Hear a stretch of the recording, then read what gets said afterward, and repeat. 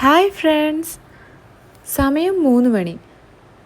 അങ്ങനെ നമ്മൾ ദക്ഷിണകാശി എന്നറിയപ്പെടുന്ന കൊട്ടിയൂർ എത്തിയിരിക്കുകയാണ്.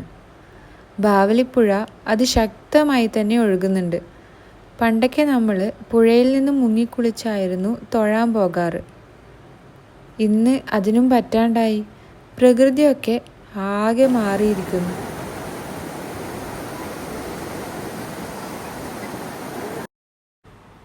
ഒരു മഴ പെയ്തെങ്കിലെന്ന് ആഗ്രഹിച്ചതേയുള്ളൂ. ദേ, നല്ല അടിപൊളി മഴ. ഇവിടെയുള്ളൊരു വിശ്വാസമാണ് പുഴയിൽ നിന്ന് കിട്ടുന്ന കല്ലുകൾ ഉരച്ച് കുറി തൊടുന്നത്. ഇതിൻ്റെ ശാസ്ത്രീയതയെ പലരും ചോദ്യം ചെയ്യുന്നത് കാണുന്നു. പക്ഷേ ഞാനിതിനെ ദൈവികമായ ഒരു വിശ്വാസമായാണ് കണക്കാക്കുന്നത്. ഇന്ന് അത്യാവശ്യം തിരക്ക് കുറവായിരുന്നു. അതുകൊണ്ട് തന്നെ റോഡിലൊന്നും വലിയ ബ്ലോക്കും ഉണ്ടായില്ല. അമ്പലത്തിലേക്ക് പോകുന്ന വഴി തന്നെ നമുക്ക് ആനകളെയും കാണാൻ സാധിക്കും. അങ്ങനെ നമ്മൾ അക്കരെ കൊട്ടിയൂർ എത്തിയിരിക്കുകയാണ്. ആചാരങ്ങളിലും അനുഷ്ഠാനങ്ങളിലും കേരളത്തിലെ മറ്റ് ക്ഷേത്രങ്ങളിൽ നിന്നും തികച്ചും വ്യത്യസ്തമാണ് കൊട്ടിയൂരിൽ. ഇവിടെ നെയ്യാട്ടത്തിൽ തുടങ്ങി തൃക്കലാശാട്ടിൽ അവസാനിക്കുന്ന ഉത്സവം വൈശാഖ മഹോത്സവം എന്നാണ് അറിയപ്പെടുന്നത്.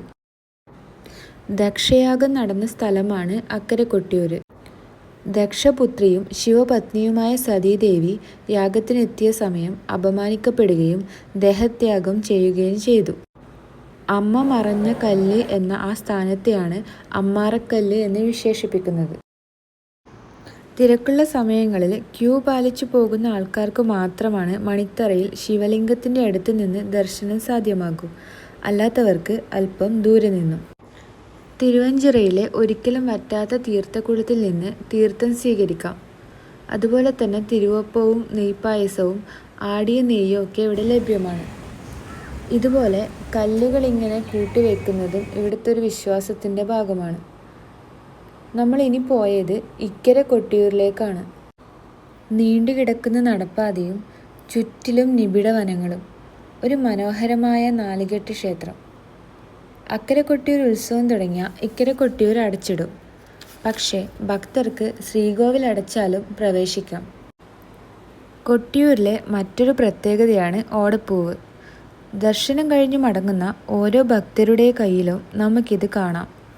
വീട്ടിലും വാഹനത്തിലുമൊക്കെയായി നമുക്കിത് കൊട്ടിയൂർ യാത്രയുടെ അനുഗ്രഹമായി തൂക്കിയിടാവുന്നതാണ്. ഓടപ്പൂവിനെ മുനിയുടെ താടി എന്നാണ് വിശേഷിപ്പിക്കുന്നത്.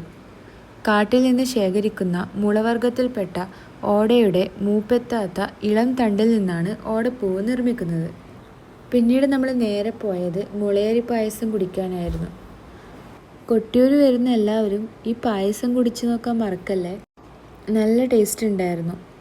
അങ്ങനെ നമ്മൾ പായസവും കുടിച്ച് നേരെ നാട്ടിലേക്ക് യാത്രയായി. ഏതൊരു ശിവഭക്തരുടെയും ആഗ്രഹ സബലീകരണമാണ് കൊട്ടിയൂർ യാത്ര. ഇനി നീണ്ട ഒരു വർഷത്തെ കാത്തിരിപ്പ്.